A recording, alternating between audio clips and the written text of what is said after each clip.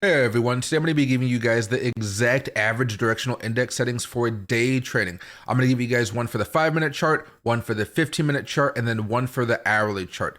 This is going to be one of the best tools out there because it's telling you guys whether or not the trend is actually worth trading. And when you guys are about to get chopped to pieces because you guys fell into a trap set up by the big banks. And make sure to stick around to the end because there's one mistake that makes this indicator completely useless and almost everybody makes it for some reason. So to keep it simple, guys, let's get into it. So here's what this thing actually does before we get started. The ADX is like a speedometer. It doesn't tell you guys which way to drive. It only tells you how fast you're going. So it's going to measure how strong that trend is, not the direction of the trend, but your eyes can usually see which way the chart is moving. So a high reading means the trend has real power behind it. A low reading means the market is just drifting sideways, going nowhere. And here's the key, your settings should change depending on which chart you guys are reading. What works fast on the 5-minute chart is going to be way too jumpy on the 1-hour chart, for example. Or what's happening on the weekly chart can help you understand what's happening on the 15-minute chart if you guys are looking to figure out which way to trade as far as how strong the trend is really going. So let's start with the 5-minute chart here. This is going to be your fast, noisy time frame. So you want the indicator to react very, very quickly. So your ADX length is going to be set to 10. The default is 14, but on the 5-minute chart, the 14 can be way too slow sometimes, and it leaves you late to the party, so you're going to be missing that move. A length of 10 is going to be tightening it up a little bit, so here's how you guys are actually going to be using it though. When the ADX line pushes above that 25, the trend is strong enough to trade. When it's sitting below 20, the market is choppy and you guys don't have to do anything. You guys are going to sit back, relax, or find something else where the line is above 25. Real quick, if you guys are liking this video, please make sure to actually give me a subscribe and a like. It helps it a lot. And I do have a free guide to how to trade down below in the description. Appreciate it. Let's move on. Next up, we have the 50-minute chart. This is where the average directional index really shines. And this is where I think most of you guys want to spend the majority of your time. It's my personal favorite day trading tool when it comes to the 15-minute chart. So you guys are going to go back to the standard length of 14. It's going to be the sweet spot here. And there's a reason why everybody loves it, because everybody is going to be using it. Everybody's going to be able to see how it's being used, which can give a little bit of bias in your favor.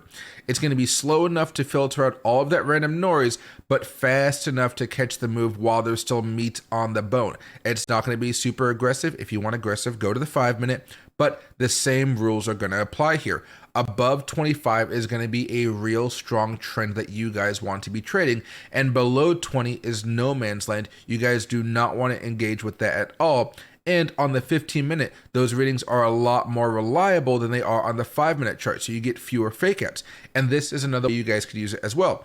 If it's above 25 on the 15 and above 25 on the 5, that means every signal I get on the 5-minute chart, whether it's a breakout or maybe it's a MACD crossover or some type of buy signal that you have on top of this indicator, guess what? That became a much more powerful buy where you could put more money behind it or more leverage behind it because you have more confidence that the overall trend is going to be working in your favor. Now for the 1-hour chart, people typically don't use it all too much unless they're going to be trading for multiple days. So it's a little bit different as far as day trading unless you guys want to do it at market open. So this kind of opens up to 24 hours of holding, but you're holding from 2 trading days. Just so you guys know, most of you guys will prefer the 15-minute settings there.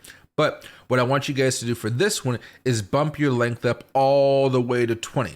The higher time frame is already going to give you a smoother result, and the longer length filters it out even more. So there's one thing that the only thing that lights this up is a genuine powerful trend. This is going to be the setting for you guys that don't want to stare at a screen all day. And trust me, I get it. A lot of you guys are going to be using this 1-hour read to set up your overall direction. Then you guys, like I said before, are going to drop down to the 5-minute chart or the 15-minute chart to find your specific entries. That's going to be a very powerful combo, especially if you guys are able to add it to other indicators, like I said before, a MACD, a stochastic, an RSI. But fewer signals is going to give you guys strong results, which means you guys don't have to have a cluttered chart. So here's the mistake I promised you guys at the beginning of the video. Remember how I said the ADX only measures strength, not direction? This is where people blow it, and they blow it so much. They see the average directional index actually climbing, and then they just buy. But the ADX climbs in a strong downtrend too. It's just measuring trend, not direction. It doesn't care which way the market is moving. So if you guys trade off of that line alone, you could end up buying right into a crash. But the fix is very, very simple. Use the two directional lines that come with it. There's going to be a green plus D1, and then there's going to be a red minus D1 as well. When the green line is on top, buyers are in control. When the red line is on top, sellers are in control. That ADX is going to be telling you guys when the trend is strong, and the D lines are going to be telling you which way. You guys need to have both. And if you guys don't want to use extra lines, there's plenty of other tools. RSI, stochastics, MACDs. You guys know there's plenty of other indicators out there. Or you can use your eyes as far as the overall trend.